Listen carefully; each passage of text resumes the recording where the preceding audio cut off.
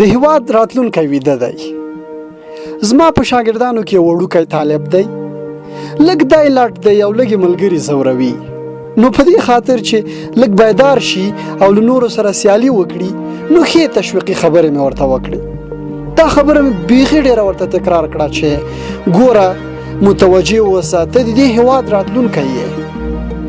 زه بوخت شوم، څو دقیقې وروسته له یو کونج بل طالب غږ راوکړ، ویلي استاده هیواد ولاړی غرق سو. زه حیران سوم چې دا څه پیښه وسوه. ما ویلې ولې؟ په خندا یې وویل استاده خو د هیواد راتلونکی ویده سو. چې ورته ومې کتل، همغه طالب دیوال ته ډډه وهلې وه او ویده دی. دا لیکنه انعام الحق انصاري کړې ده.